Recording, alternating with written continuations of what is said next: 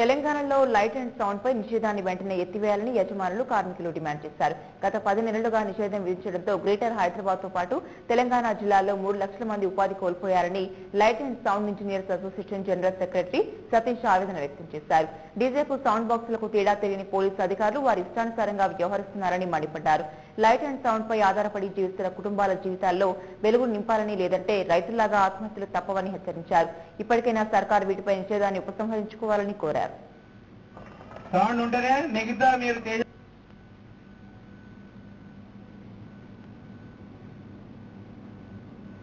మేము తెలంగాణ ఉద్యమంలో కూడా ఎంతో కాంట్రిబ్యూషన్ ఉంది మాది.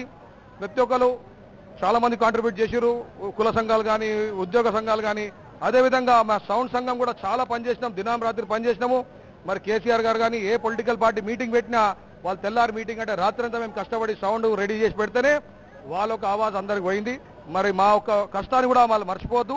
మేము గవర్నమెంట్కి ఒకటే విజ్ఞప్తి చేస్తాం, దయచేసి మమ్మల్ని అంచివేయకండి, మాకు కూడా బతుకు తెరువు చూపెట్టండి అని కోరుతున్నాం. Thank you. కుల వ్యాపారాలని ప్రోత్సహించుకుంటా వాళ్ళ కళ్ళు కాంపౌండ్లో ఓపెన్ చేయడం జరిగింది కేసీఆర్ గారు. మా వ్యాపారం ఉన్న వ్యాపారం కడుపున కొట్టుతుంటే కేసీఆర్ గారు స్పందిస్తారు అన్న మాకు గట్టి నమ్మకం ఉంది. ఇవాళ కేటీఆర్ గారు మా ఈవెంట్ మేనేజ్మెంట్ ఫీల్డ్కి ఎంకరేజ్ చేయడానికి ఆఫ్రోజాక్ లాంటి షోలు, F1 కార్ షో లాంటి షోలు, ట్యాంక్మెంట్ మీద F1 కార్ షో లాంటి షోలు ఎంకరేజ్ చేయడం జరుగుతుంది. మా వ్యాపారం ఉన్న వ్యాపారాన్ని ఈ నిర్ణయం వల్ల ఉన్న వ్యాపారం కడుపు మీద కొట్టేటట్టు అవుతుంది.